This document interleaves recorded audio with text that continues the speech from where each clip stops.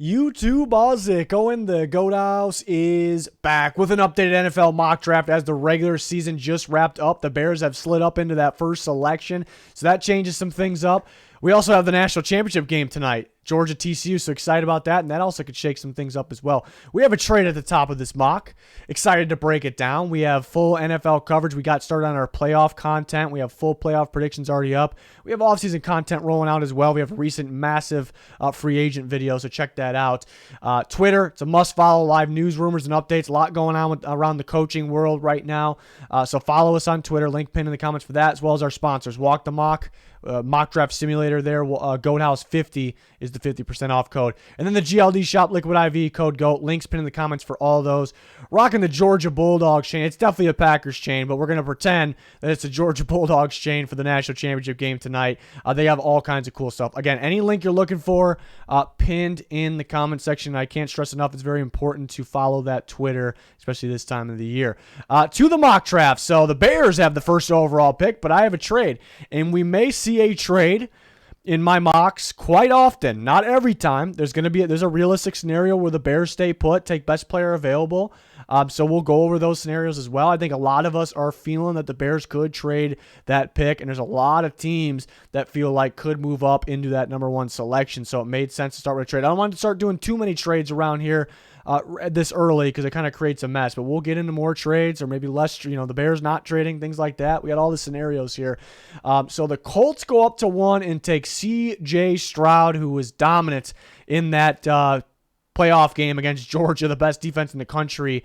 I mean, not only C.J. Stroud, maybe compared to a Bryce Young, has more of the size that everyone's looking for, obviously. And some of the guys are a little undersized. They're not really helping Bryce Young right now. A lot of those guys, with durability, but mainly getting the ball over some of these freaky, lengthy linemen, defensive linemen right now. So those guys really aren't helping the shorter guy's case, but Young is just as talented as C.J. Stroud, could argue more, but Stroud does feel like an NFL quarterback. I like the brains on him, too. He's a very smart kid, it seems like.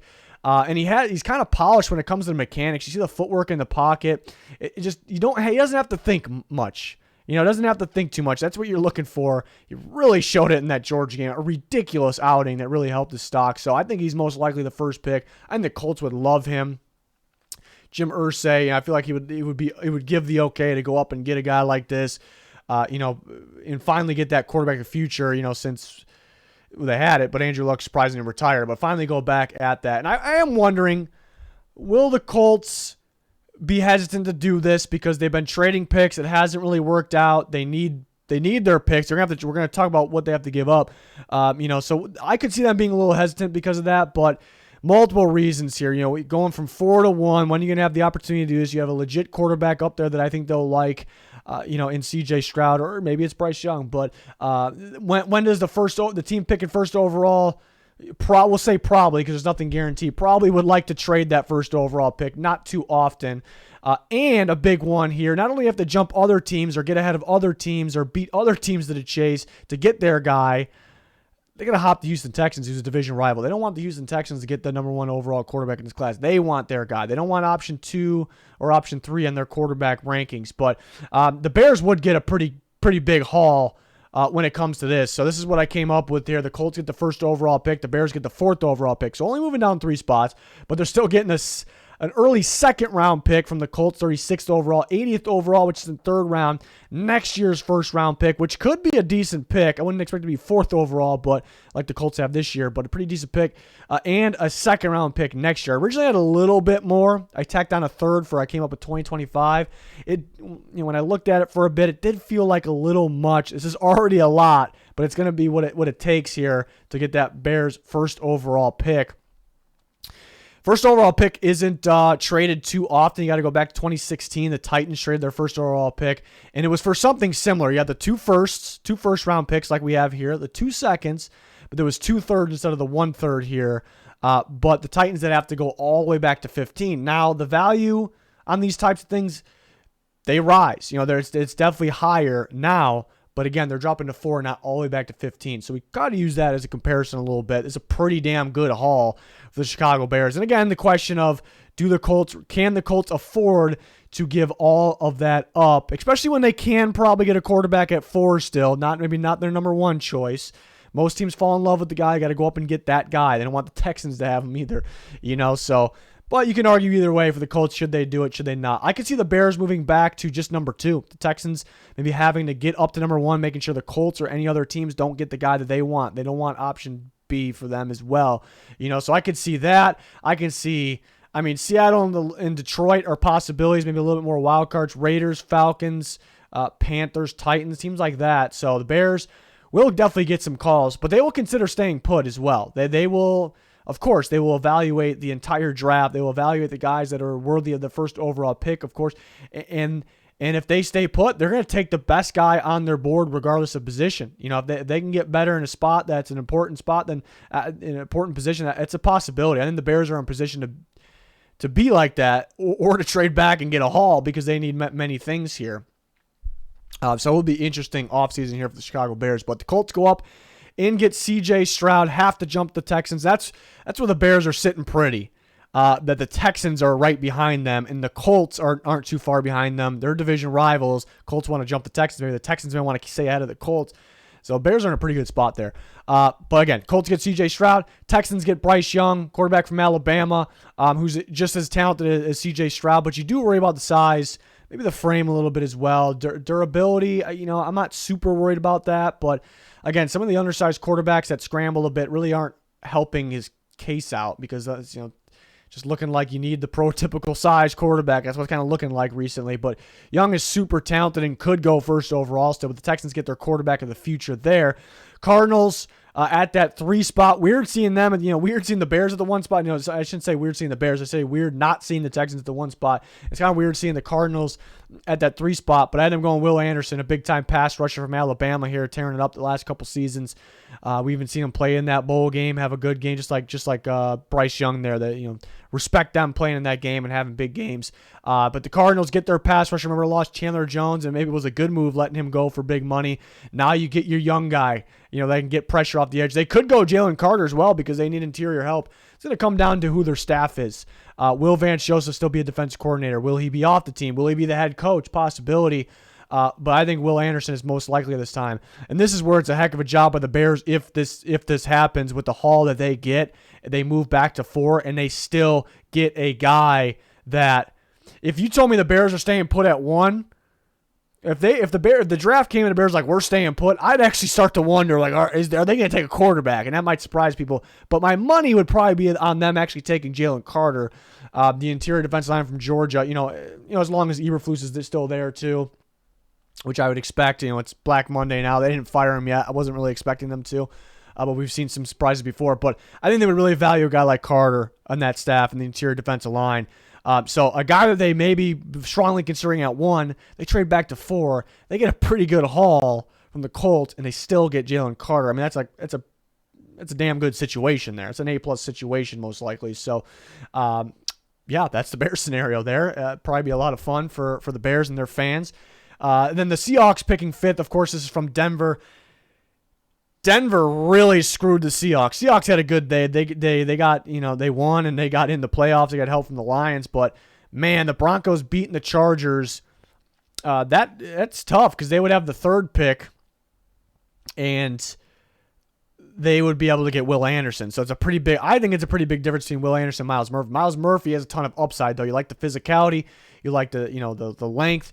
You like he's apparently going to run a 4.5. We'll see. That's pretty fast for a guy like that. Already kind of polished for an edge guy stopping to run. A lot of upside getting after the quarterback. So you see the freakish traits, and you guys want to work with him. So Seahawks get their pass rusher there.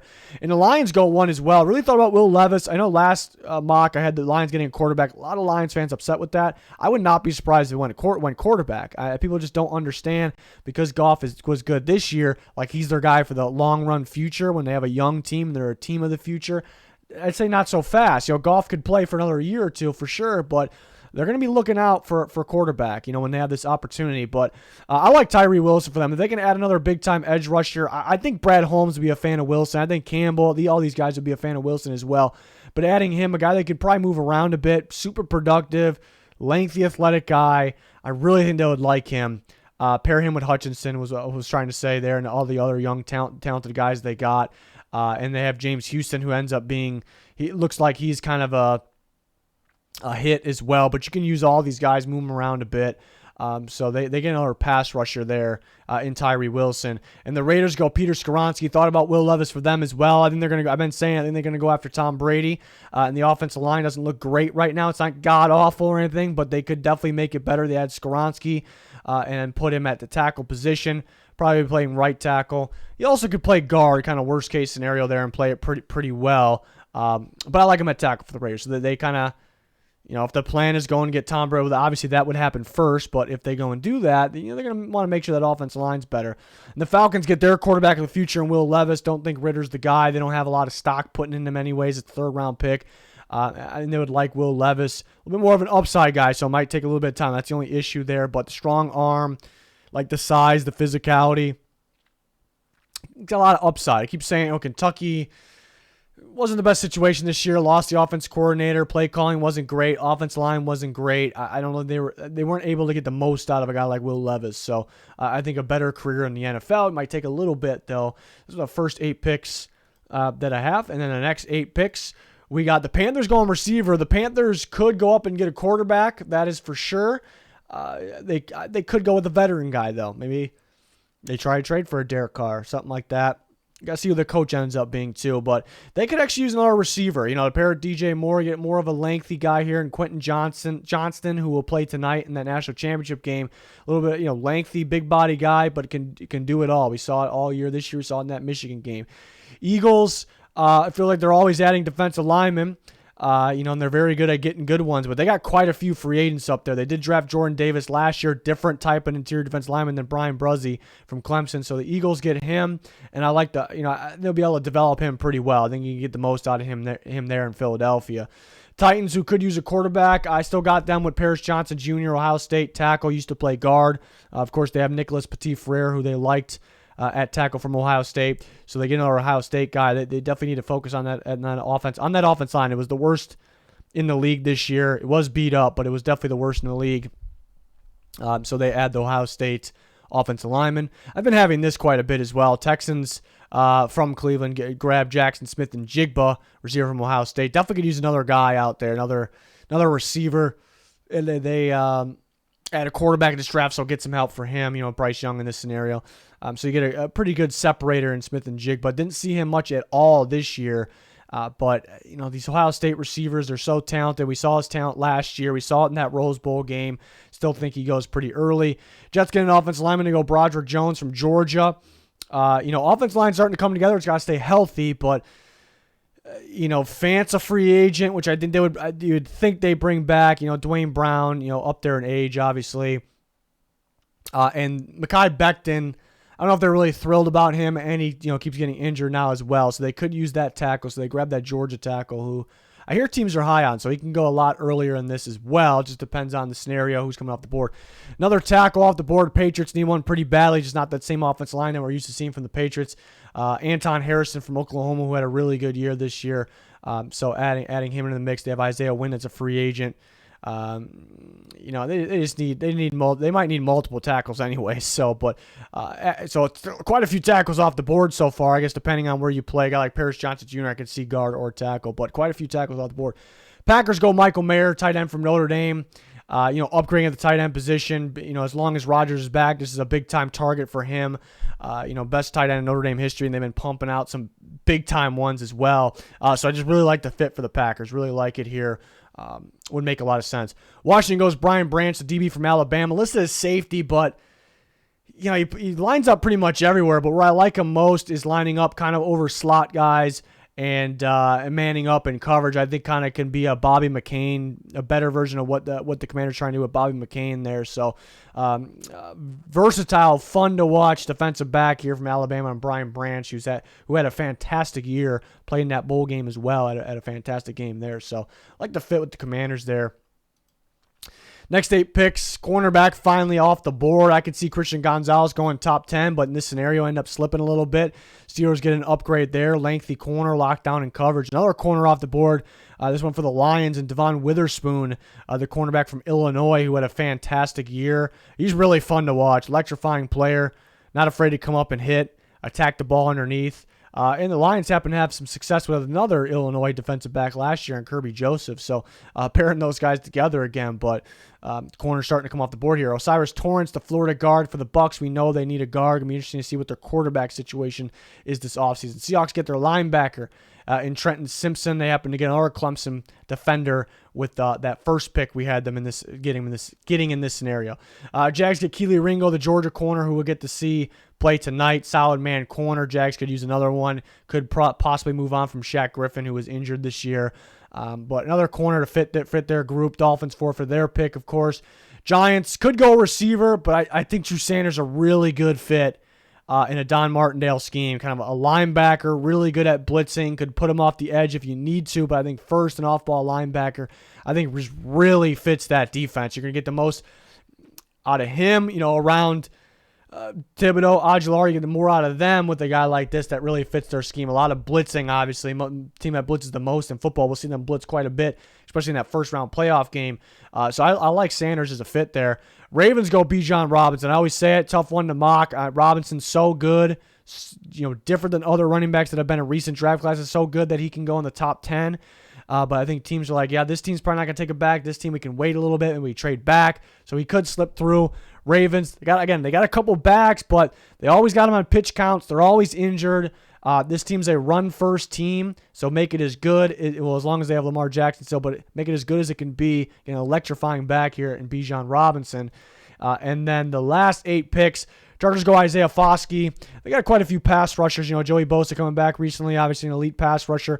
Khalil Mack, getting up there in age, not going to have him forever, but still very good. They use Kyle Van Noy quite a bit off the edge this year. He's going to be a free agent up there in age. So kind of got to look out for the future here. You get a solid one here with Isaiah Foskey. Chargers seem to draft Notre Dame players quite a bit, and you got arguably their best pass rusher of all time as he broke Justin Tuck's record. So like that for the Chargers. Jordan Addison, the USC receiver, former Pitt receiver, going to the Cowboys. Just feels like they're always looking for another receiver. They could very well sign Odell Beckham Jr. in free agency or somebody else, but Addison slips a little bit. Would like him with the Cowboys, fitting in with CeeDee Lamb, Michael Gallup, those guys. Bengals go Darnell Wright, the tackle from Tennessee, possibly replacing Jonah Williams or La'el Collins, are just looking out for the future. Jonah Williams been up and down a little bit.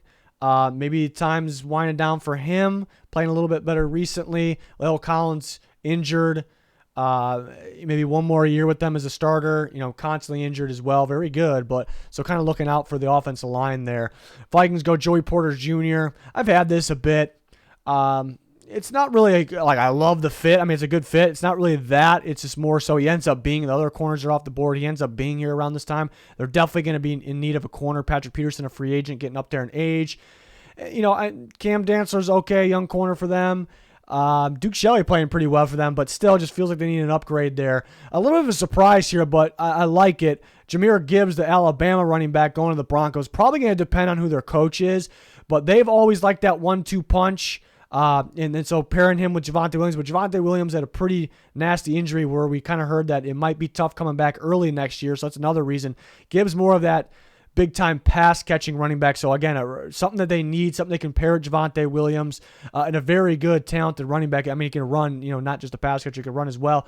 Just thinking, what if they bring in Sean Payton, which they kind of been linked to as well. This feels like an Alvin Kamara type guy for him and the Broncos here. So, maybe a little bit of a surprise. But if they do bring in Sean Payton, then they probably would have to trade this pick, depending on the Saints. They can get the Saints to come down in their compensation. So, a little tough, but I do like the fit there.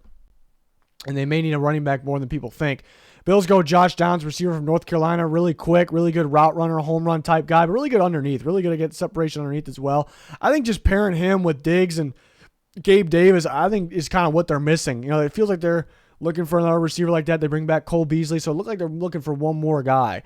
And Downs, to me, kind of fits that Bills offense, kind of a do-it-all guy in their offense. So I like that a lot. Chiefs go Christopher Smith, who had a really good year for Georgia. We'll see him play tonight as well. Very rangy.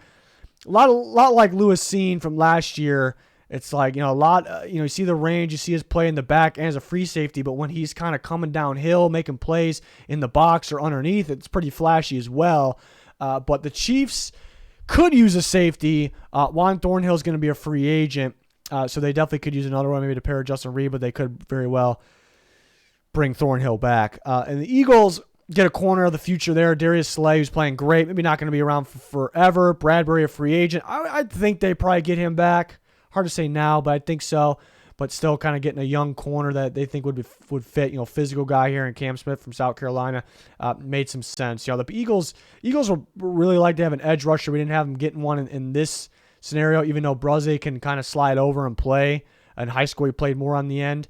But yeah, just no great value, in their scenarios. So they could grab one in the second round, but get some solid defensive players there. But that is my updated mock heading into the national championship game post regular season in the NFL. We'll definitely continue to update these. We'll show you different scenarios. This is kind of the time of the year where I start diving into the tape, and my thoughts on guys change a little bit as well. But yeah, just really excited for the playoff content, and all of our offseason content. Again, we have some recent videos that'd be worth checking into. A recent big free agency video, kind of breaking down all the free agents at each position, the big ones.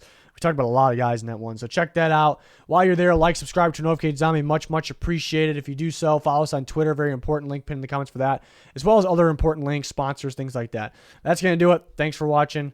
Goodbye.